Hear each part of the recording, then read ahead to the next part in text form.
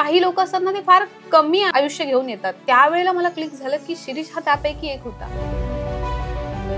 आपल्या जीवाभावाचा माणूस आपल्यापासून एक एक दिवस दूर निघत चाललाय, हे जे बघणं असतं ना, ते फार भयानक.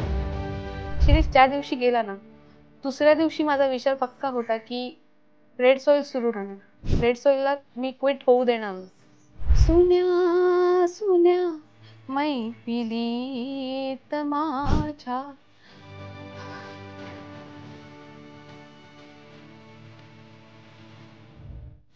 भरपूर लोकांनी कमेंट्स केल्या. हो, खूप त्रास दिला असेल तुला, म्हणजे की लिटरली बाजार उठवतात लोक की ते म्हणतात ना, उतू नये मातू नये आणि घेतला वसा टाकून. आजकालच्या फास्ट फूड कल्चर मध्ये आपल्या मालवणी पारंपरिक रेसिपीज जपणं किती चॅलेंजिंग आहे. 5 मिनिट्स नूडल्स आणि शिरवाळे ह्यात जमीन आसमानचा फरक आहे. तुमची केमिस्ट्री आम्ही दोघांची बघितलेली. बट ही लव्ह स्टोरी कशी होती? माझ्या आईला आधी शिरीष खूप आवडला, कारण म्हणाला की तू आग आहेस तर तो बर्फ आहे, तू अशी खूप तापट आहेस, तो खूप शांत आहे, त्यामुळे हे कॉम्बिनेशन खूप रागिष्ट आहेस खूप. जर मला गावात राहायचं तर आताच्या घडीला माझ्याकडे हे एकमेव चॅनल उदरनिर्वाहाचं साधन आहे. हो, त्यामुळे ते कंटिन्यू ठेवणं मला भाग आहे आणि त्यातून माझं मन रमतंय. सो लोकमत सखीच्या सुपर सखी या शो मध्ये तुमचं खूप खूप मनापासून स्वागत आहे मंडळी. आजच्या भागात जी सखी आपल्यासोबत सहभागी होते ती खऱ्या अर्थानं सुपर सखी आहे, जिला आपण कोकणाची अन्नपूर्णा म्हणूयात आणि जिने आपली खाद्य संस्कृती फक्त महाराष्ट्रात कोकणात नाही तर जगभरात पसरवली आहे. अशी रेड सॉइल स्टोरीची ओनर पूजा आहे माझ्यासोबत. पूजा गवस, खूप खूप स्वागत तुझं लोकमत सखीमध्ये. तुमचंही स्वागत आमच्या घरामध्ये. थँक्यू आल्याबद्दल. कशी आहेस? श्रीजा कशी आहे आणि पूर्ण फॅमिली कशी आहे? सावरतोय हळूहळू. म्हणजे जे घडलंय ते इतक्या अनपेक्षितपणे आणि इतक्या फास्ट घडलंय की आम्ही अजूनही ते बिलीव्ह नाही केलंय, पण आता हेच सत्य आहे आणि ते आम्ही स्वीकारतो. सो आय नो की तू लवकरच या सगळ्यातून मात करशील यावर सुद्धा. आणि एक पूजा अशी बघायची आम्हाला की ऑलरेडी आम्ही एक घडताना पूजा बघितली होती, जेव्हा तिने जॉब स्विच करून तू मुंबईत आलीस आणि तू स्वतःला उभारलंस. सो पुन्हा एकदा तू उभं राहशील आणि लवकरच पुन्हा एकदा त्याच जोमानं कामाला सुरुवात करशील मला माहिती आहे. आणि आताच तुझा एक इंटरव्ह्यू सुद्धा पाहिलाय. सो त्यामध्ये तू म्हणालीस की आता खूप मोठा पल्ला गाठायचा वगैरे. पूजाताई, हे सगळं खूप अचानक झालं आणि तू आतून खूप तुटली असशील, हादरली असशील. या सगळ्यातून बाहेर पडताना तुला काय शिकायला मिळतंय आणि किती चॅलेंजिंग आहे तुझ्यासाठी? ॲक्च्युली हे माझ्यासोबत पहिल्यांदा नाही झालंय. 2014 साली जेव्हा मी फिल्म इन्स्टिट्यूटमध्ये एंटर केलं होतं, त्यावेळी मी आणि माझा भाऊ दोघेही शिकत होतो. आणि त्या काळात सगळं म्हणजे आमच्या घरात कमावते फक्त माझे वडील होते आणि नेमकं त्यांना फर्स्ट टाइम कॅन्सर डिटेक्ट झाला होता, स्किन कॅन्सर. आणि त्यावेळी नेमकं मला एक्सचेंज प्रोग्राम थ्रू पॅरिसच्या ला फेमस फिल्म स्कूलमध्ये पाठवत होते. पॅरिसला. सो तिथे मी शिकून आले त्या काळामध्ये. पण मग हे सगळं पप्पांचं झालं आणि मग अचानक नेमकं मी तिथे जायचं की नाही जायचं इथपर्यंत वेळ आली होती. आणि त्यावेळी लकीली भारताचं नेतृत्व करण्याची संधी मला मिळत होती आणि अशी सुवर्ण संधी तू गमावू नये असं वडिलांनी मला त्यावेळेला विश्वास दिला. आणि त्यामुळे म्हणजे अशी वेळ होती की मी पॅरिसला निघालेले शिकण्यासाठी आणि माझे वडील टाटामध्ये ऑपरेशन थिएटरमध्ये होते. सो तो एक प्रसंग होता अचानक, म्हणजे खूप कमी वयामध्ये तो एक प्रसंगातून आम्ही सावरले. आणि पुढे जाऊन शिरीषच्या प्रेमात पडणं असो किंवा मग पुढे जाऊन आम्ही आमचं लग्न, इव्हन आमचं लग्न पण कोविडमध्ये झालंय. सो ते इतक्या म्हणजे माझ्या लग्नाची पूर्ण शॉपिंग मी केली आहे, कारण माझ्याबरोबर कोणच नव्हतं. माझ्याकडे एक आर्ट डिरेक्टरचं फिल्म इंडस्ट्रीचं कार्ड असल्यामुळे त्या काळामध्ये पण मी लॉकडाऊनमध्ये मुंबईमध्ये फिरू शकत होते. त्यामुळे बाकी कोणालाच अलाउड नव्हतं इसेन्शियल सर्व्हिसमध्ये. सो ती अख्खी शॉपिंग मी त्यावेळी म्हणजे प्रत्येक माझ्या आयुष्यात टप्प्यावर एक एक एक एक एक एक हे येतच गेले. आणि मे बी पुढे जाऊन हे सगळं माझ्या आयुष्यात व्हायचं असेल म्हणून मला देवाने तेव्हापासून तसं घडवत गेला. म्हणजे प्रत्येक वेळी असे आघात मी झेलत आले आजपर्यंत. आणि आत्ता कुठे सगळं आमचं 2020 मध्ये आमचं लग्न झालं आणि त्याच्यानंतर आम्ही रेड सॉइल स्टोरीज उभारलं, शिरीष आणि मी दोघांनी मिळून. आणि आत्ता कुठे सगळं छान चाललेलं. इव्हन श्रीजाचा बड्डे झाला, त्यानंतर श्रीजाच्या बड्डे नंतर त्याचा व्लॉग आम्ही एडिट केला, अपलोड केला. आणि पुढच्या 15 दिवसात जे घडलं ते अजूनही म्हणजे आठवलं तरी अंगावर काटा येतो. म्हणजे आपल्यासोबत काय होतंय आणि आपल्या जीवाभावाचा माणूस आपल्यापासून एक एक दिवस दूर निघत चाललाय, हे जे बघणं असतं ना, ते फार भयानक आहे. तेव्हा तो बोलायचं तुझ्यासोबत? तो म्हणजे त्याला आम्ही ऍडमिट केलं त्याच वेळेला त्याला फिट्स येत होत्या continuously. So he was half unconscious.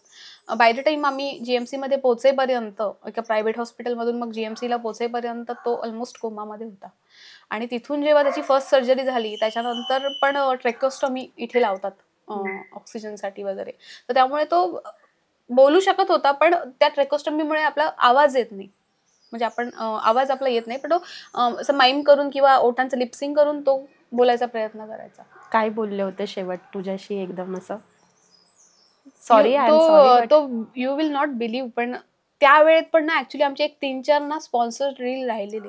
आणि त्या वेळेला नाही, पण ज्या वेळेला त्याला आम्ही इथून हॉस्पिटलला शिफ्ट करत होतो ना, तर कॉन्स्टंटली तो ॲम्ब्युलन्समध्ये ना काही काही बडबडत होता. जेव्हा ट्युमरमुळे फिट्स येतात ना, तेव्हा माणसाचा मेंदूवरचा ताबा सुटतो, मेमरीज शफल होतात, म्हणजे रॅन्डमली काहीही आठवत जातं त्यावेळेला. तर त्यावेळेला तो बऱ्याच अशा रॅन्डम गोष्टी बोलत होता ज्यांचं काही मला लिंक लागत नव्हती, पण एकच गोष्टीची मला लिंक लागली. तो एवढंच बोलला की आपले 2-3 स्पॉन्सर रील राहिले माझ्याकडून एडिट करायचे. म्हणजे कामावर प्रेम. खूप प्रेम, म्हणजे इतकं डेडिकेशन. शांत शांत शांत. सो इतकं डेडिकेशन त्याचं होतं ना, की अगदी शेवटच्या क्षणापर्यंत त्याला आपल्या म्हणजे बऱ्याच गोष्टी त्याला त्या क्षणी आठवत नव्हत्या, पण त्याला रेड सोल स्टोरीज आणि त्याचे रील्स आणि हे सगळं त्याच्या डोक्यात कायमस्वरूपी होतं. आणि तो फायटर होता. शेवटच्या क्षणापर्यंत त्याने खूप छान फाईट केली. म्हणजे कुठेही गिवअप नाही केलं. त्याला माहिती आहे मला बरं व्हायचंय. माझ्या घरी माझे आई वडील आहेत, माझी बहीण आहे, माझी मुलगी, माझी बायको माझी वाट बघते. पण ते देवाच्या मनात जे असतं ते आपण बदलू नाही शकत.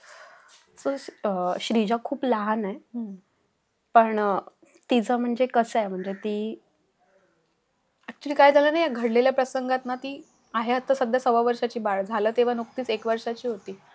ते आता खूप मॅच्युअर होत चालली आहे. तिला कळतं की आपली आई कधी हॅपी आहे, आपली आई कधी सॅड आहे. पण लिटरली जेव्हा मी रडत असेल ना, तर ती येऊन स्वतः माझे डोळे पुसते वगैरे. सो हे 1 वर्षाचं बाळ करतं, म्हणजे ती त्या लेवलला मॅच्युरिटीला पोहोचली आहे. बाबा कुठे, तर ती बाबाच्या फोटो फ्रेमला, म्हणजे जी मुलगी कायम बाबाच्या कडेवर फिरायची, बाबासोबतच असायची, बाबाची खूप लाडकी होती, ती आज बाबाच्या फोटो फ्रेमकडे जाऊन त्याचा मुका घेते, पाया पडते, अगदी साष्टांग दंडवत घालून पाया पडते. तिने पण एक्सेप्ट केलं असेल कदाचित. May be. तुमची केमिस्ट्री आम्ही पूर्ण व्हिडिओच्या माध्यमातून बघितली आणि प्रत्येक जण रेड सॉइल स्टोरीचे व्हिडिओज बघून खरं तर मालवणी प्रत्येक माणूस बघतोच. माझ्या घरातही बऱ्याचदा तुझे व्हिडिओ बघून खूप असं म्हटलं जातं, म्हणजे लिटरली तुझा जसा किचनचा सेटअप आहे ना, तसा म्हणजे माझ्या सासूबाईंचं सुद्धा असतं की आपण सुद्धा असाच सेटअप करूयात, म्हणजे ॲटलिस्ट आपल्यासाठी, म्हणजे आम्ही काही व्हिडिओ वगैरे नाही करणार आहोत. सो आपलं एक असं किचन असायला पाहिजे. एवढं तुम्ही इन्स्पायर केलंय कोकणातल्या पूर्ण असं, म्हणजे हे पूर्ण कायापलट करून टाकलंय कोकणाची एक खाद्य संस्कृती दाखवून किंवा कोकणाचं कल्चर दाखवून. तुमची केमिस्ट्री आम्ही दोघांची बघितलेली. बट ही लव्ह स्टोरी कशी होती? लव्ह स्टोरी म्हणजे मी 9th स्टँडर्डला असताना शिरीष माझ्या वर्गात आला. त्याच्या आधी तो पुण्यात वगैरे शिकत होता. पण त्याच्यानंतर पण आमचं असं काही नव्हतं. प्रॉपर आम्ही आमचं स्कूलिंग वगैरे झालं. 11th-12thला पण तो माझ्यासोबत होता. आणि जेव्हा मी JJला 3rd इयरला होते आणि तो फार्मसीला सिंहगड कॉलेजला पुण्यात, तर ते एक दिवस मला FB वर त्याने मेसेज केला की हाय, फेसबुक लव्ह स्टोरी की हाय. तर मी म्हटलं, तरी मी कन्फर्म नव्हते, म्हटलं तू तोच, कारण त्याचा DP त्याने ठेवला नव्हता, तर मला असं वाटलं तू तोच शिरीष गवस आहेस ना जो माझ्याबरोबर. हो हो म्हणे. मग काय हाय बाय असं बोलत बोलत असं. मग त्याच्यानंतर मला वाटतं जवळजवळ एक 8-9 महिने आम्ही कंटिन्युअसली टेक्स्ट वगैरे करायचो एकमेकांना. माहित नाही का, पण करायचो. म्हणजे मी याआधी कोणाशी एवढं चॅट वगैरे नव्हतं केलं. म्हणजे मी अशी फारच माझ्या अभ्यासू टाईपची टिपिकल तशी मुलगी होते. मला स्कॉलर होतीस असं समजलंय. हो, मला 10वीला 91% होते आणि 12वीला सायन्स 80% होते. सायन्सला 80%. असंच आम्ही बोलत गेलो आणि असं कुठेतरी मन जुळत गेली आणि असं छान वाटायचं मला त्याच्याबरोबर चॅट केलं की. आणि त्या काळामध्ये मी माझ्या फॅमिलीपासून दूर होते आणि मग कोणतरी असं जवळचं वाटायला लागलं. मग आमचं असं नाईटला चॅटिंग वाढलं वगैरे असं. आणि बरोबर 11 ओ 11 नोव्हेंबर 2011 साली, म्हणजे 8-9 महिन्याच्या चॅटिंग नंतर आणि फोन कॉल्स नंतर त्याने मला प्रपोज केला आणि सांगितलं की नाही मला तू आवडतेस. तरी मला टेन्शन नाही, घरच्यांना विचारायला पाहिजे हे ते. म्हणलं ठीक आहे ना, मी येतो घरी, आपण काही असं हे नाही. तो प्रॉपर घरी आला माझ्या.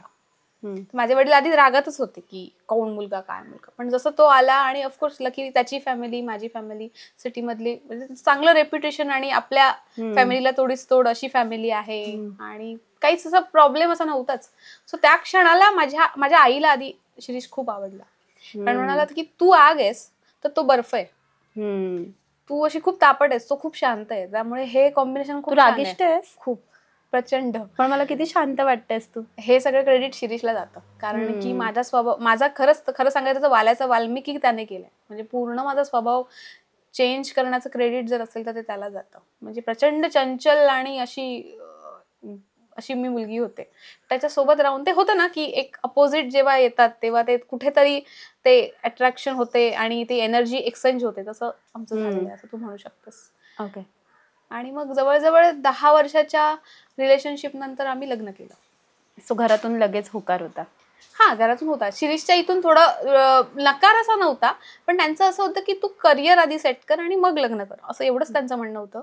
पण ही वॉज नेव्हर हॅपी. त्यामुळे त्याचं करिअर म्हणजे प्रॉपर असं करिअर त्याने मुंबईत कधी केलंच नाही. जॉब केले त्याने, पण असे 1-2 वर्ष वेगळ्या कंपनीमध्ये, मग परत स्विच केलं आणि तरी त्याला असं एक आत्मसमाधान म्हणतात ना, ते मिळत नव्हतं.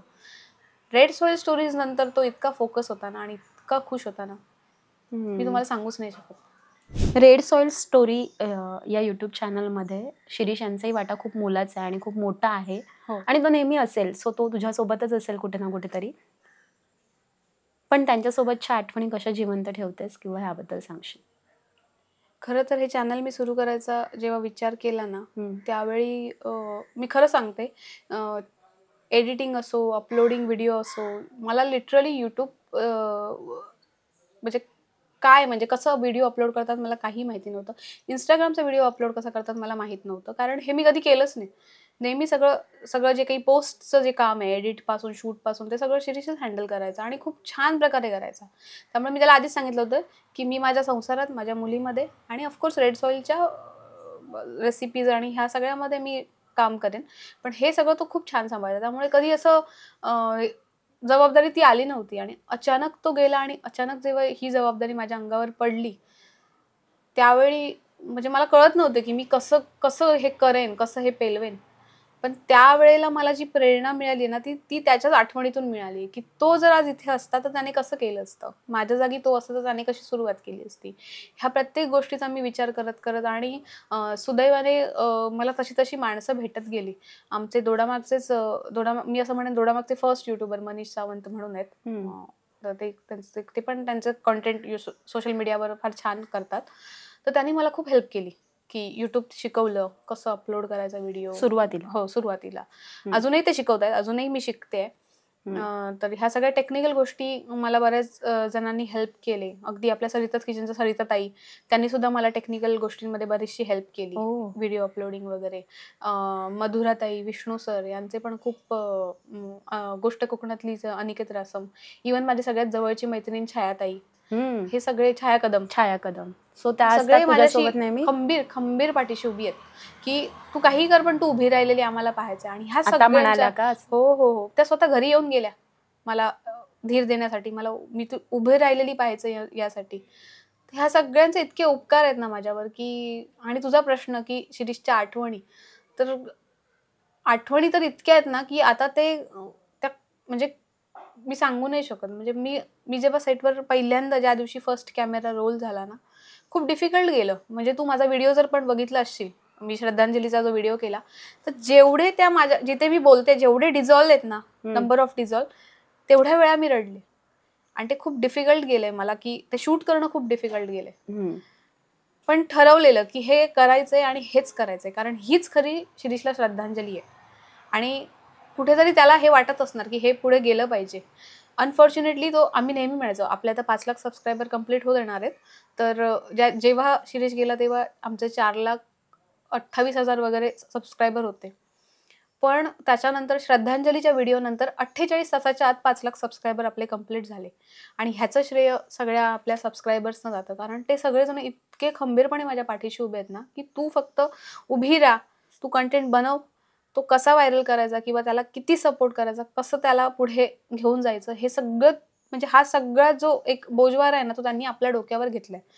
तर मी त्यांची पण खूप आभारी आहे, की त्यांनी मला इतकं सपोर्ट केला, इतका विश्वास दाखवलाय. मे बी ह्या सगळ्यामुळेच, ह्या सगळ्या पॉझिटिव्ह वातावरणामुळे मी उभी राहिले. आणि अशीच उभी राहशील तू. आणि आम्हाला सुद्धा तुला उभं राहताना पाहायचं आहे. आणि हो. खूप म्हणजे तुला मी आताही सांगते की लोकमत सखी हा असा प्लॅटफॉर्म आहे, हो. तो प्रत्येक महिलेच्या पाठीशी उभा असतो. हो. आणि तुझ्यासाठी हा प्लॅटफॉर्म कायम ओपन आहे. तू कधीही ये, खूप कधीही हक्काने हाक मार लोकमत सखीला आणि हो. आम्हाला. हो. आम्ही आहोत नेहमी तुझ्यासोबत. सो कधीही कसलीही गरज लागली तरी, मी तर कोकणातलीच आहे, हो. त्याच्यामुळे मी तुला ऑन कॅमेरा पण सांगते ही गोष्ट की मी तर आहेच तुझ्यासोबत नेहमी. थँक्यू. आणि नेहमी असणार आहे तुझ्यासोबत. एवढं दुःख पचवतेस तू आणि ह्या दुःखातून सुद्धा सावरतेस हळूहळू. सावरतेस ना हळूहळू? हो. ओके. तर या दुःखातून सावरताना रेड सॉइल स्टोरी सुद्धा बंद नाही पाडायचं आहे आणि त्यात सुद्धा तुला उभं राहायचं आहे. हो. कोणती ताकद आहे अशी जी तुला प्रेरणा देते सध्या? श्रीजासाठी आणि श्रीजामुळे मी उभी राहिले, पहिली गोष्ट तर. कारण देवाने माझ्या आयुष्यातल्या सगळ्यात मौल्यवान गोष्टींपैकी एक गोष्ट तर हिरावून घेतली. पण जी दुसरी गोष्ट आहे ती माझ्यासाठी अत्यंत महत्त्वाची, कारण ती शिरीषची आठवण आहे. तो शिरीषने मला एक दिलेला ठेवा आहे, ती म्हणजे माझी श्रीजा. आणि ती दिसतेही सेम तिच्या बाबासारखी, सेम. आणि तिचं वागणं बोलणं म्हणजे ह्या लेवलला, ह्या वयात मॅच्युरिटी आहे ना, ती सगळी तिच्या बाबाकडून आलेली आहे तिला. त्यामुळे तिच्यासाठी उभं राहणं मला भाग आहे. जेव्हा शिरीष गेले म्हणजे त्या 4 दिवसामध्येच माझे मुंबईतले जे प्रोडक्शन डिझायनर्स आहेत हिंदी इंडस्ट्रीमधले, ज्यांच्याबरोबर मी आधी काम करायचे, ते लिटरली सगळे आले ऑल द वे ड्राईव्ह करत इथपर्यंत आले. मला विचारलं की तू काय करणार आहेस, तू काय ठरवलंयस? मी खूप ठाम होते की मी क्विट नाही करणार, मी इथेच राहणार. त्याला 2 रिझन होते. एक तर हे शिरीषचं स्वप्न आहे आणि हे आम्ही दोघांनी लिटरली आमचा घाम आणि आमचं रक्त सांडून आम्ही हे सगळं उभं केलंय. तर हे असं वाया नाही जाऊ देणार. सगळी सेव्हिंग वगैरे सगळी सेव्हिंग. आम्ही मुंबईतली आमची जी काही जमापुंजी होती ती सगळी घालून आम्ही रेड सॉइल स्टोरीज तेव्हा आम्ही शूट करत होतो. जवळजवळ 8-9 महिने आम्ही विदाऊट एनी पेमेंट आम्ही काम केलंय. वर्षभर मी तर म्हणेन, कारण पहिलं पेमेंट यायला आम्हाला वर्ष लागलं होतं. सो आणि दुसरं असं होतं की आता कसं आहे, श्रीजाच्या आई वडिलांकडे पण ते श्रीजामध्येच शिरीषला बघतात. हो. त्यांच्यासाठी एक आता शिरीष आहे, पण तो आता लहान रूपात आहे. हो. सो मी तिलाही त्यांच्यापासून दूर नाही करू शकत, कारण की या वयामध्ये त्यांनी खूप जास्त मोठा धक्का पचवलाय. आई बाबा फेस करतात. हो, आई म्हणजे माझे सासू सासरे. तर जर मी श्रीजाला मुंबईत घेऊन गेले तर ते सुद्धा कोलमडतील. सो ह्या विचाराने मी म्हटलं की नाही, आपण आता इथेच राहायचं. आणि शिरीषचे माझ्यावर इतके उपकार आहेत. उपकार मी ह्याच्यासाठी म्हणते की शिरीष आणि मी हे 4-4.5 वर्षाचा जरी संसार केला असला तरी त्याही आधी 10 वर्ष आम्ही एकमेकांना ओळखत होतो. आणि लिटरली माझ्या कॉलेजच्या असाइनमेंट्स म्हणजे मी फिल्म इन्स्टिट्यूटला होते, तर मला माझ्या प्रत्येक शूटिंगला, माझ्या प्रत्येक प्रोजेक्टला शिरीष असायचा. आणि तो मला तेवढाच त्याने हेल्प करायचा. म्हणजे त्याने कुठलंच काम असं कमी नाही. म्हणजे अगदी प्रॉप्सचा एक असा कार्ट असतो, त्या कार्ट घेऊन प्रॉप भरून लोड करून ते त्या लोकेशनवर आणून प्रॉपिंगला मला हेल्प करणं, माझ्या सगळ्या वर्कर्सशी कम्युनिकेट करणं, ही सगळी कामं तो माझ्यासोबत आवडीने करायचा. आणि प्रत्येक जिथे मी अडले तिथे शिरीष होता त्यावेळेला. त्यामुळे ते इतकं म्हणजे त्याने मला त्यावेळेला सपोर्ट केलंय ना, की आता मी हे सगळं सोडून नाही जाऊ शकत, की तो नाहीये तर मी आता निघून जाईन. हे माझ्याकडून होणार नाही आणि जाऊ पण नाही. हो. कारण तू खूप छान करतेस आणि I know, I trust you आणि आय प्राऊड ऑफ यू. सगळेच जण प्राऊड फील करतात तुझ्यावर की तू करशील आणि होणार आहे. ठीक आहे. सो आई बाबा ओके शिरीष यांचे? सावरतायत आता. सावरतायत. ओके. सो त्यांचा सपोर्ट असतो ना तुला नेहमी? फुल सपोर्ट. म्हणजे मी इतकी लकी आहे ना की मी आज जी उभी आहे ना, याचं मी तर म्हणेन की 80% क्रेडिट जे आहे हे त्यांनाच जातं. कारण की मला वाटतं 15 दिवसात त्यांनी मला सांगितलं होतं की तू काय करणार आहेस, तू काय ठरवलंयस, तू जो काही डिसिजन घेशील तो आम्हाला मान्य आहे. म्हणजे त्यांनी मला हे कधीच नाही सांगितलं की तू हेच कंटिन्यू कर किंवा तू मुंबईलाच जाऊ नको, कधीच त्यांनी मला सांगितलं नाही. खूप जास्त सपोर्टिव्ह आहेत माझ्या बाबतीत आणि मे बी त्याचमुळे मी कॉन्फिडेंटली मी त्यांना सांगितलं की मला हेच कंटिन्यू करायचं आहे आणि मला माझ्या मुलीला इथेच वाढवायचं आहे. मला तिला कधीच सिमेंट कॉन्क्रीटच्या जगात न्यायचं नव्हतं. म्हणजे ही माझी आणि शिरीषची इच्छा होती. म्हणजे जेव्हा आम्हाला कळलं गोड बातमी की मी आई होणार आहे, तेव्हा आम्ही खूप क्लिअर होतो की आम्हाला कुठेच तिला शहरातल्या ॲटलिस्ट 10वी-12वी पर्यंत तरी तिला CBSE, ICSE अशा IG ह्या बोर्डमध्ये आम्हाला तिला कधीच घालायचं नाहीये. छान स्टेट बोर्डमध्ये जसे आम्ही वाढलो, जसे आम्ही शिकलो त्या पद्धतीने ती शिकेल, हे आमचं म्हणजे जे होणारं बाळ आहे हे आमचं विजन खूप क्लिअर होतं आणि मी त्याच विचारावर आजही ठाम आहे. आत्ताच तू शूट पण स्टार्ट करतेस हळूहळू. सो शूट करताना त्यांची ऑफकोर्स तुला आठवण तर येतच असेल ना? भरपूर, खूप जास्त. म्हणजे या स्वयंपाकघरात, रेड सॉइलच्या घरात प्रत्येक ठिकाणी, प्रत्येक कोपऱ्यामध्ये त्याची आठवण आहे. कारण आम्ही फक्त इथे शूट नव्हतं करत. हा उभारतानाही प्रत्येक गोष्ट माझ्याकडे एक फोटो आहे ज्याच्यामध्ये तो ना असं स्वतः छप्परावर चढलाय आणि ते पहिलं आमचं नारळाचं छप्पर होतं. ह्या एप्रिल महिन्यात आम्ही हे कौलं घातली. तर तो माझ्याकडे फोटो आहे की तो चुडताचं छप्पर होतं आधी. तर सगळंच म्हणजे ती चुडतं बागांमध्ये जाऊन सकाळी 6 वाजता गोळा करून बाईकवरून आणणं वगैरे खूप आठवणी आहेत आमच्या, खूप जास्त. बरं, आता आपण नेक्स्ट प्रश्नाकडे जाऊया.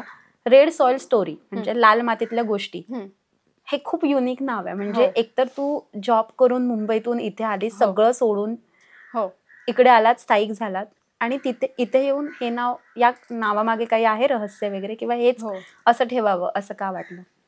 लाल माती म्हणजे कोकण हे पटकन एक समीकरणच होतं. तो कुठेतरी ऍक्च्युली मी आणि शिरीषने जेव्हा ठरवलेलं की इथे येऊ नये, असं एक प्रोजेक्ट आपण करणार आहोत, तेव्हा आमचं लिटरली आम्ही या एका नावासाठी एक रात्र दिली. फुल नाईट आम्ही की तो एक डायरी आणि पेन घेऊन बसलेलो, मी एक डायरी आणि पेन घेऊन बसलेलो की रॅन्डमली नावं लिहित सुटूया. जे काही आपल्याला हे होईल, कुठेतरी एक कॉमन धागा काहीतरी मिळेल. सो एक धागा मिळाला की माझं लाल माती हे फिक्स होतं. शिरीष म्हणाला लाल माती नको, रेड सॉइल ठेवूया. कारण कसं युट्यूबला जेवढं fortunately English is a universal language. So तुम्ही जेव्हा युट्यूबवर इंग्लिश माध्यमातून जेवढं तुम्ही फिडिंग देता ना, त्या गोष्टी फटाफट पूर्ण वर्ल्ड वाईड होण्यासाठी म्हणजे जगभरात पोचतात.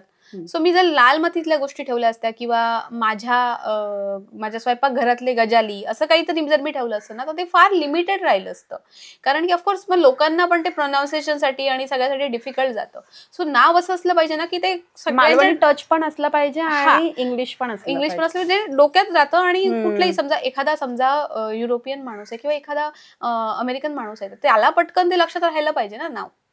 असं सिम्पल ते एक लॉजिक होतं त्याच्या मागे. आणि मग आम्ही म्हणून ते रेड सॉइल स्टोरीज की लाल मातीतल्या गोष्टी, पण मग ते नाव आम्ही इंग्रजीत ठेवलं आणि ते खरंच वर्क झालं. क्या बात आहे.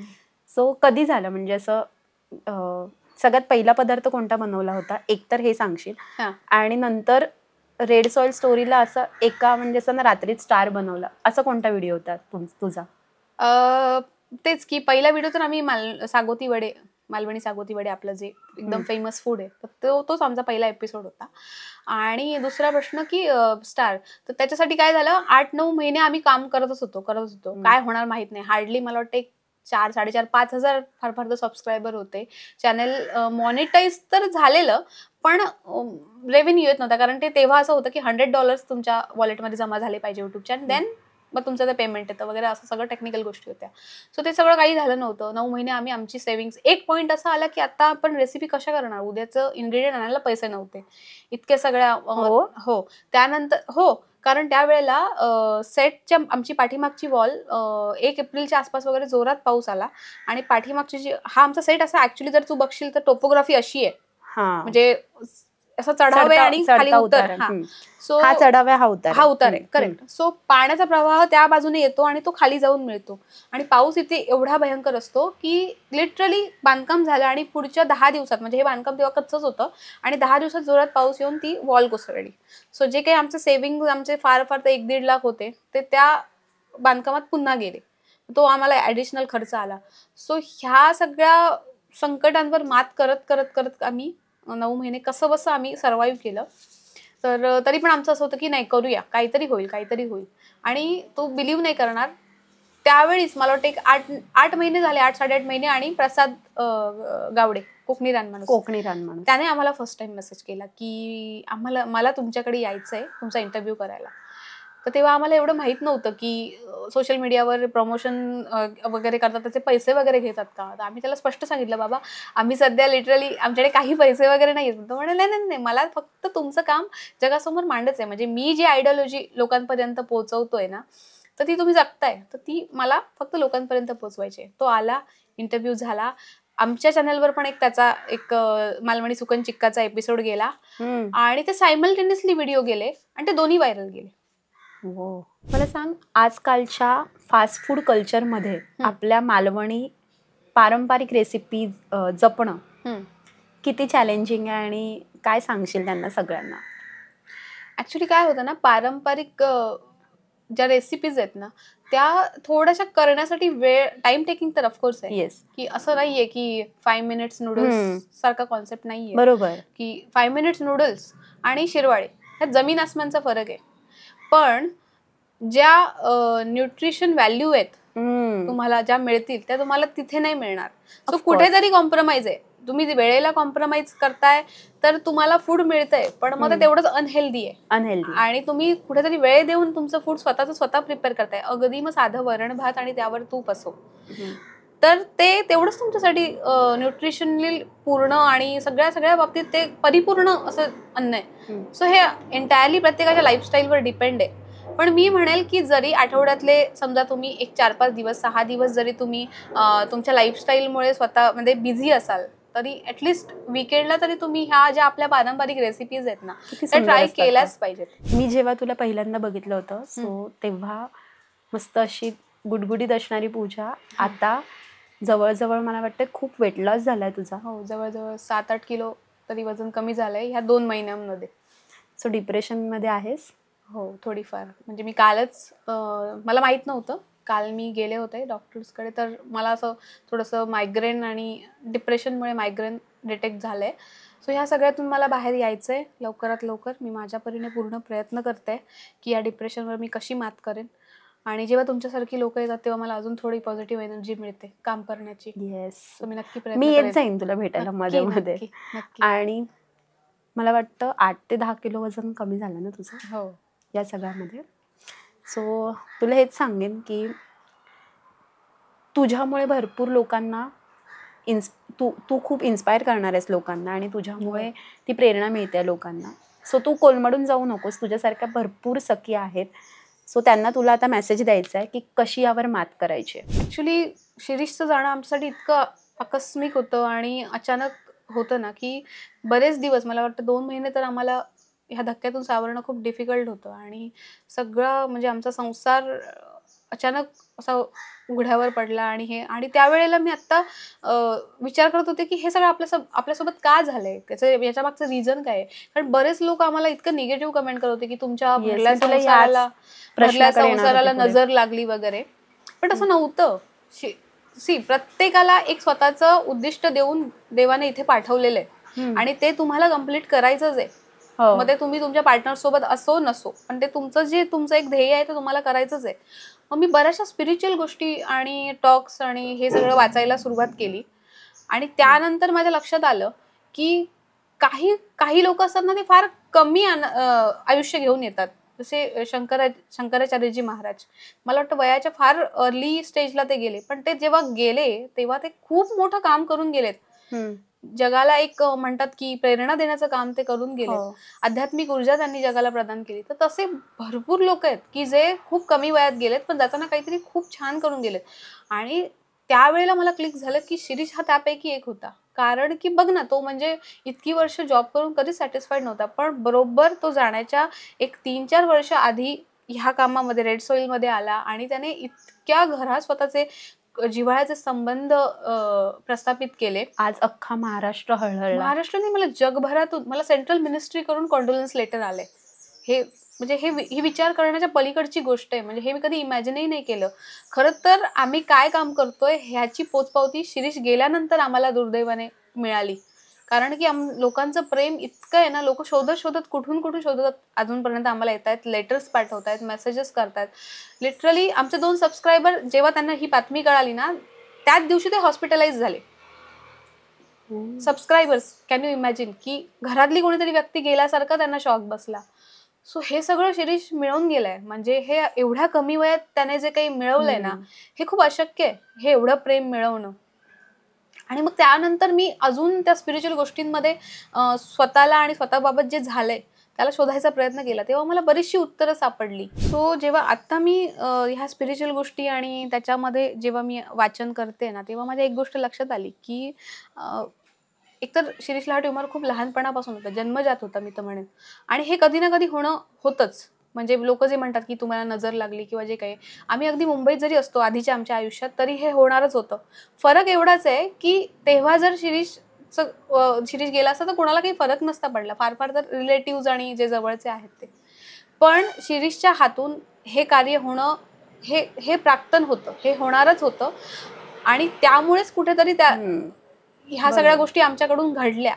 आणि ती ऑलिम्पिकमध्ये एक बॅटन रिले असते, टॉर्च एकमेकांकडे पास करत जातात, किंवा अगदी आपल्याकडे शिवजयंतीला जी मशाल एकमेकांकडे देतात, तर तशी एक ह्या कार्याची एक ऊर्जेची मशाल माझ्याकडे शिरीषने दिली आहे, पास केली आहे, सोपावली. हो सोपावली आहे. आणि आता ती मला पुढे घेऊन जायची आहे असं मी मानते. हो, येस. तू आत्ताच म्हणालीस की भरपूर लोकांनी कमेंट्स केल्या, हो खूप त्रास दिला असेल तुला, म्हणजे की लिटरली बाजार उठवतात लोक, की कमेंट्स काही करून किंवा वेगवेगळ्या पब्लिसिटीच्या नादात ना काही पसरवलं जातं. आणि हे खूप वाईट आहे. म्हणजे माणसाची सिच्युएशन बघून तरी तुम्ही वागलं पाहिजे ऍक्च्युली, तसं की माणूस कोणत्या सिच्युएशन मध्ये आहे. आणि हे तू खूप जवळनं बघितलं असशील. सो त्यावर तुला काय, म्हणजे तुला राग आलाय की काय, म्हणजे तुला काय बोलायचं त्या सगळ्यांना, की त्या पब्लिसिटीच्या नादात लोकांनी काही पसरवलं, म्हणजे काहीच्या काही बोलत होते, म्हणजे जसं की नजर लागली संसाराला, की कशाला एवढं पोस्ट करायचं, की एवढे घरच्यांनी दुर्लक्ष केलं किंवा शिरीषने स्वतःकडे दुर्लक्ष केलं, असं खूप काय काय काय काय काय आलेलं. मी ना ते त्यावेळेला ऍक्च्युली स्क्रीनशॉट्स काढून ठेवलेले. मला राग नव्हता आला ऍक्च्युली, ह्याचं क्रेडिट शिरीषलाच जातं, कारण की आधी आम्हाला असं काही जर ट्रोलिंग वगैरे केलं ना, तो खूप छान व्यवस्थितपणे हँडल करायचा त्या गोष्टींना. कधीच त्याने असं त्याचा चिडचिड केलं नाही, किंवा ते म्हणतात ना, उतू नये मातू नये आणि घेतला बसा टाकून. त्यामुळे आम्ही कधीच, आणि रेड सॉइल हे असं चॅनल आहे ना, ते खरंच मी सांगेल तुला, अजात शत्रू चॅनल आहे. म्हणजे कोणीच कुणाच्या, म्हणजे आम्ही असं कोणाशी पंगा घेतला नाही किंवा काही नाही, आमचं. आणि तसं बघशील ना तू, तर इतर सोशल मीडियापेक्षा हेटर्स किंवा अशा निगेटिव्ह कमेंट्स खूप कमी आहेत आमच्या चॅनलवर, फारच, म्हणजे 100त एखादी वगैरे असं एवढा रेशो आहे त्याचा. सो हे जेव्हा येत होते ना, मी फक्त ठरवलेलं की यांना आता नाही बोलायचं, एक वेळ येईल मला, कारण स्वतःसाठी वेळ हवा होता ह्या सगळ्यातून, कारण त्यांना त्यावेळी माझं डोक्यातच नव्हतं. सो मी म्हणले जेव्हा वेळ येईल ना तेव्हा मी यावर बोलणार, पण अगदी मोजकं बोलणार. मग मी आता माझा जो व्हिडिओ आला त्याच्यामध्ये मी बोलले की मला तुमच्या बुद्धीची कीव करावीशी वाटते, बस. याच्या व्यतिरिक्त मला त्यांच्यावर आणि काही जाऊन मला त्यांच्याशी तलवारी घेऊन लढण्याची बिडण्याची इच्छा नाहीये. त्यांचं त्यांनी समजावं. आणि मी त्यांना एकच सोशल मीडियामध्ये हे असे जे कंटेंट क्रिएटर भरपूर चॅनल आहेत, जे इथून काहीतरी उचललं तिथून काहीतरी उचललं, अरे ह्याने असं केलं, अरे ह्याच्यावर दुःखाचा डोंगर कोसळला, हे खूप करतात. म्हणजे जी उठाठेवीची कामं आहेत ना, तर मी त्यांना एवढंच सांगेन की असे जे कंटेंट असतात ना, ते फार कमी चालतात. तुमचं स्वतःचं क्रिएटिव्ह, स्वतःमधून निर्माण झालेला असा काहीतरी कंटेंट असेल तर तो खूप जास्त अजरामर होतो, तो खूप शेवटपर्यंत चालतो. पण जर तुम्ही हे सगळं जर जे उठाठेवीची कामं करताना, हे खूप तकलादू आहे आणि हे फार कमी काळ टिकतं. सो ही गोष्ट त्यांनी फार म्हणजे विचार केला पाहिजे याच्यावरती, असं एवढंच मी म्हणेन. आणि राहिली गोष्ट त्यांच्याशी म्हणजे मी काय त्याचं, तर मला खरंच फरक नाही पडत. म्हणजे आधी आम्ही जेव्हा इथे आलेलो तेव्हा आमच्यावर खूप टीका झालेली. म्हणजे लोक असे आम्हाला म्हणायचे की काय सगळा भरला संसार सोडून आलाय, मुंबई सोडून, नोकरी धंदा सोडून आलाय, जवळची आसपासची जी कोणी असतील. आम्ही तेव्हाही विचार नव्हता केला. आपल्याला जे करायचं ते करायचे. विचार कर, आम्ही तेव्हा नसतं केलं तर मी आता एकटीने हे करू शकले असते का? अजिबात नाही. मी आजही मग मुंबईतच असते. पण हे जे काही शिरीष मला देऊन गेलाय ना, हे लाख मोलाचं आहे. आणि हे तेव्हा त्या लोकांचं आम्ही बोलणं मनावर न घेतल्यामुळे झालंय. सो आजही मी तो विचार नाही करत. हे मी माझ्यासाठी करते, मला आनंद मिळतो ह्या कामातून. Ultimately I am an artist. मी एक फिल्म मेकर आहे. त्यानंतर मी एक होम कुक म्हणू शकतो, कारण आता मला स्वयंपाकाची आवड खूप बऱ्यापैकी झाली आहे. सो ह्या सगळ्यात मला आनंद मिळतो. आणि लोकांपर्यंत एक स्टोरी टेलिंग जे असतं ना त्याची मला खूप आवड आहे. सो मी माझ्यासाठी आणि त्यातून माझा एक चरितार्थ चालतो. जर मला गावात राहायचं तर आताच्या घडीला माझ्याकडे हे एकमेव चॅनल उदरनिर्वाहाचं साधन आहे. त्यामुळे ते कंटिन्यू ठेवणं मला भाग आहे आणि त्यातून माझं मन रमतंय. सो मला नाही फरक पडत की लोक काय बोलतात. सो आता पूजाबद्दल आपण भरपूर ऐकलंय, म्हणजे जसं की ती आर्टिस्ट आहे, सो एक छान शेफ आहे, याचबरोबर अजून काय म्हणालीस तू, डिरेक्टर, आर्ट डिरेक्टर होतीस? हो, आर्ट डिरेक्टर होतीस. हे सगळं माहिती आहे, बट अजून काय हॉबीज आहेत तुझ्या? तुझे काय छंद आहेत, आवडते? मला गाणं गायला खूप आवडतं, गाणं ऐकायला खूप आवडतं. येतं तुला गाणं म्हणता? हो, पण एक म्हणून दाखवशील प्लीज? अरे बापरे. एक चला आपण डेडिकेट करूया शिरीष यांना. मला आठवावं लागेल. बापरे, तिचं खूपच डिफिकल्ट होऊन जाईल. आहे असं ते तुमचं आणि दोघांचं आवडतं गाणं किंवा असं काही? एक मिनिट.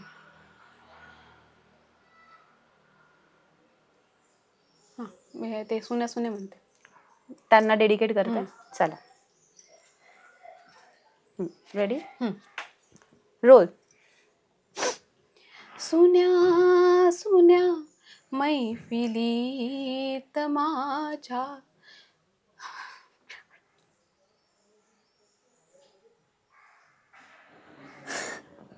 नाही होणार. इट्स ओके, शांत शांत.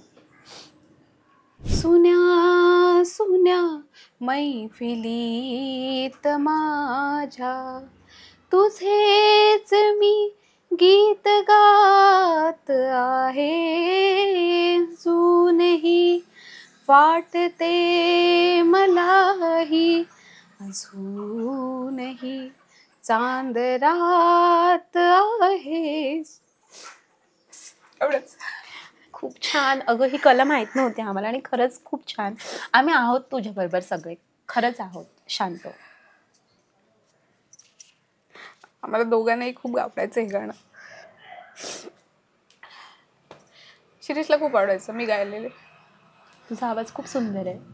खूप, मलाही माहिती नव्हतं तू एवढं छान गातेस. पण आता होत नाही माझ्याने. नेक्स्ट टाइम तू येशील तेव्हा मी छान तुला गाणं गाऊन दाखवेन. सो आपण मैफिल करू तेव्हा. नक्की. तुम्ही म्हणाले ना की मी तुझ्याकडे ते येत जाईन. सो मी पण मला आवडेल. येस, ऑफकोर्स मी येईन. आणि मी तुला नेहमी बोलते की तू ये मुंबईत आणि मला नेहमी भेटत जा. मुंबईत पण जेव्हा जेव्हा येशील तेव्हा. नक्की. बरं, आता आपण एक छान गोड प्रश्नाकडे जाऊया. तुझा आवडता पदार्थ कोणता आहे? तुझा? बापरे, मला खूपच आवडतं. म्हणजे शिरीष नेहमी म्हणायचं तुला सगळंच आवडतं. आवडता पदार्थ विशेष नाही, पण मोदक मला फार आवडतात. पातोळ्या मला खूप आवडतात, हळदीच्या पाण्यातल्या. तर मला जे ट्रेडिशनल खायला, अरे तू कधी तुझ्यासाठी बनव. फक्त पावसात ये, म्हणजे हळदीची पानं असतात तेव्हा. एरवी पण बनवू शकते केळीच्या पानांमध्ये, पण ते हळदीच्या पानांची चव तुला माहितीच आहे. येस, खूप छान लागते. आणि असं असतं ना की प्रत्येक पदार्थ असतो तो असा फसलेला असतो, कधीतरी काहीतरी असतं की भरपूर पदार्थ फसतात. पण तुझी आठवण आहे का एखादी की तू म्हणजे ऑन स्क्रीन फसलाय किंवा काहीतरी असं, म्हणजे असं काही झालंय कधी फसलाय असा पदार्थ? फसण्यापेक्षा ना, मला वाटतं मी लोणचं करत होते ह्याचं, काय म्हणतात ती आपली स्टार फ्रूटचं लोणचं करत होते. स्टार फ्रूट, हा, ज्याला आपल्याकडे करमाळं म्हणतात. करमाळं म्हणतात. तर ते फसण्यापेक्षा काय झालं माहितीये, तो मातीचं भांडं ना हे खूप रिस्की असतं. म्हणजे ते काही वेळेला ना ते ऑन स्क्रीन पण फुटायचं आमचं. म्हणजे चुलीवर ठेवलंय, सगळी रेसिपी झाली आणि एक एंडकडे वळत आलोय आम्ही आणि ती करमाळं टाकली मी, ती शिजतायत, अर्धी शिजताच भांड फुटलंय. लिटरली स्फोट झालाय, जोरात आवाज आला. शिरीषच्या एक कपची ती गरम लागली इथे आणि त्याला इथे हे पण झाली, इजा झाली. त्यावेळी त्याला रक्त आलं. सो तो खूप हॉरिबल सीन होता. पण हो, असं होतं. बापरे. सो ठीक आहे, म्हणजे आता रेड सॉइल स्टोरी शिरीष यांचं जाण्यानंतर पुन्हा तू यूट्यूब चॅनल ओपन केलायस, म्हणजे तो पुढे चालवतेस. आणि ह्या सगळ्यामध्ये शिरीष यांच्याही खूप आठवण येतात. आपण पूर्ण प्रवासाबद्दल बोलताना बोललो. आता पुढे चालून ठेवण्यासाठी चॅनल चॅलेंजिंग आहे काही गोष्टी? भरपूर. म्हणजे मला तर, मी तुला म्हटलं की टेक्निकली मी फार वीक होते आहे. आत्ता मी शिकते. कॅमेरा हँडलिंगसाठी सगळं शिरीष करायचा, एडिटिंग तो करायचा. सो आता म्हणजे मला एक गोष्ट सांगायला आवडेल की जे काम शिरीष एकट्याने करायचा, आज त्या कामासाठी मला 4 माणसांना हायर करावं लागते. सो तू इमॅजिन कर की तो किती लेवलचा वन मॅन आर्मी माणूस होता, म्हणजे तो एवढ्या सफिशियंटली आणि सगळं व्यवस्थित करायचा तो. पण आज आता मी सगळ्यात पहिलं चॅलेंज तर हे होतं की ती टीम प्रॉपर तशी हायर करणं. बरं त्या टीमने तसंच काम केलं पाहिजे ज्या लेवलला शिरीषने ते चॅनलला नेऊन ठेवले, तर तसेच शॉर्ट्स टेकिंग असतील, इवन कलर्स असतील आणि लोकांपर्यंत ती गोष्ट तेवढ्याच छान एडिटिंग वाईज पण पोहोचवणं असेल. तर ह्या सगळ्या चॅलेंजेस आहेत, कारण ती क्वालिटी पण मेंटेन करायची. लोकांना कुठेच असं वाटतं नाही की ओके आता शिरीष नाहीये तर हे चॅनल तसं दिसत नाहीये आम्हाला किंवा व्हिज्युअली आम्हाला ती ट्रीट मिळत नाहीये, असं होता नाही. आणि ह्याचसाठी मी 3 महिन्याचा वेळ घेतला, स्वतःला सावरून पुन्हा टेक्निकली तेवढं स्ट्रॉंग होण्यासाठी मी वेळ घेतला की ओके आता मी करू शकते.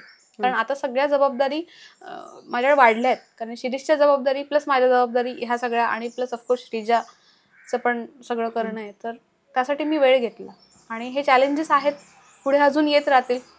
पण माझी एक खात्री आहे की जेव्हा मी हे ठरवलं, म्हणजे शिरीष ज्या दिवशी गेला ना, दुसऱ्या दिवशी माझा विचार पक्का होता की रेड सॉईल सुरू राहणार, रेड सॉईलला मी क्विट होऊ देणार नाही, हे अगदी मनाशी ठाम होतं. आणि मग त्याच्यानंतर मी हळूहळू जमवाजमव सुरू केली आणि मी जसं रेड सॉईलच्या कामाला सुरुवात केली ना, तू बिलीव्ह नाही करणार, 1 आठवड्यामध्ये माझी टीम रेडी होती. सगळ्यांनी इतकं मला छान सांभाळून घेतलं आणि कुठेतरी शिरीष सोबत आहे, सो त्या पॉझिटिव्ह एनर्जीने पण ते काम छान होतंय. हळूहळू आम्ही मे बी आम्ही कुठेतरी अडकळतोय. सुरुवातीला आम्हाला प्रॉब्लेम्स येत आहेत, टेक्निकल इश्यू येत आहेत की शिरीष कोणत्या आयएसओ वर शूट करायचा, आउटडोअरला तो फ्रेमिंग कसं करायचा, काय करायचा, ह्या गोष्टी हळूहळू आता आम्ही सगळ्या शिकतोय. जुनं फुटेज चेक करतोय की ओके हा शॉट त्याने असा घेतला होता, प्रोडक्ट शॉट जो पुढचा आहे तो कसा घ्यायचा, मग तो आपण तसा कसा घेऊ शकतो, हे सगळं आम्ही आता हळूहळू शिकतोय. सुरुवातीला थोडा त्रास होईल, पण म्हणतात ना की कठीण आहे पण अशक्य नाही. ताई, तू म्हणाली होतीस मागच्याच तुझ्या ब्लॉगमध्ये 5 लाख सबस्क्रायबर जेव्हा होत होते आणि जेव्हा तू श्रद्धांजली पण देत होतीस, तेव्हा तू म्हणाली होतीस की ते बाळ आहे तुझ्यासाठी. सो त्या बाळाला आपल्याला पुन्हा मोठं ग्रो होताना बघायचं, आणि त्यासाठी मी खरंच तुम्हाला आवाहन करेन, प्लीज असं कोणी असेल तर आम्हाला सुचवा आणि आपण लवकर लवकर लवकर छान छान काम बघूयात ताईचं. आणि पुन्हा सांगते की लोकमत सखीसारखा चॅनल नेहमी तुझ्या पाठीशी उभी आहे. तुला जेव्हा कधी गरज लागेल तेव्हा तुझ्यासाठी आम्ही आहोत.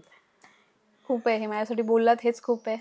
कारण की काय होतं ना की शहरात जेव्हा आपण असतो ना, तेव्हा आपल्याकडे अशा धक्क्यातून सावरण्यासाठी बऱ्याचशा गोष्टी असतात. जसं की तुम्ही कुठेतरी मॉलमध्ये गेलात, कुठेही गेलात तिथे, पण मी आणि माझं कुटुंब एका अशा रिमोट विलेजमध्ये राहतो, त्याच सगळ्या वातावरणात राहतो, दिवसभर त्या सगळ्या फेजमधून जातो.